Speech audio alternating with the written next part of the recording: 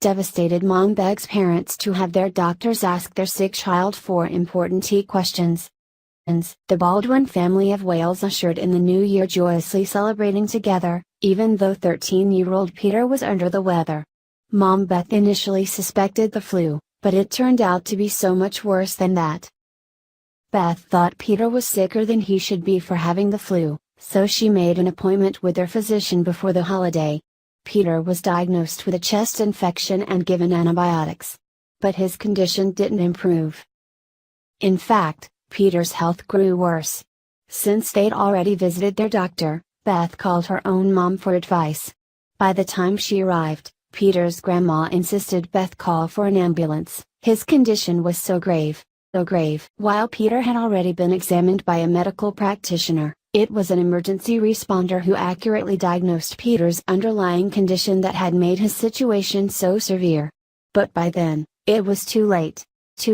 A first responder arrived at our house, and one of the first things he did after giving Peter oxygen was prick Peter's finger for a blood test. Within 30 seconds of coming, he had diagnosed him as having type 1 diabetes, a condition where the body doesn't produce enough insulin. While Peter did have a chest infection, that wasn't the culprit. The tween was so incredibly sick because of the undetected diabetes. For the next few days, the Baldwin family rallied around Peter's hospital bed while medical professionals tried in vain to keep his organs from shutting down. Beth kept vigil at his bedside, but Peter went into cardiac arrest and underwent emergency surgery. Afterward, he returned to the intensive care unit. But nothing more could be done. At this point, Peter had suffered enough brain damage that only the machines were keeping him alive. I was told he was in a DKA, diabetic ketoacidosis, which is when your body starts to shut down if you haven't had insulin, and it can lead to organ failure. After 6 days, Beth and Stuart's sweet son, who just 2 weeks before was a vibrant and healthy boy, slipped away. His body had simply given up.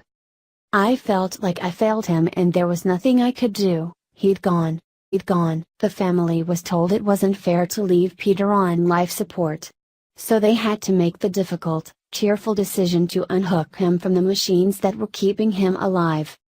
We had to leave the hospital that night without him. My life turned completely upside down and I was heartbroken.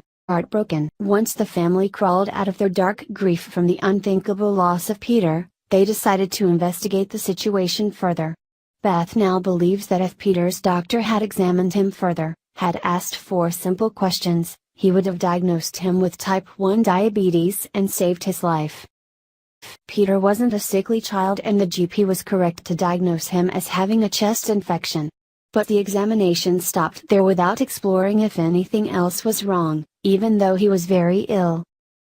Today, Beth encourages all doctors to ask children battling illness 4 questions. Toilet: are you going to the bathroom a lot? Are young children suddenly wetting the bed? Are infants having heavier diapers?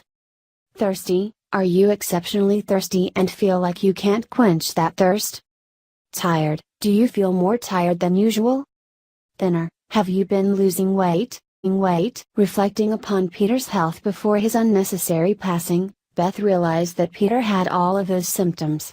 She said that if a child can answer yes to any one of those questions, a simple finger stick test should be administered to detect if diabetes is the cause. The results are available in less than 60 seconds.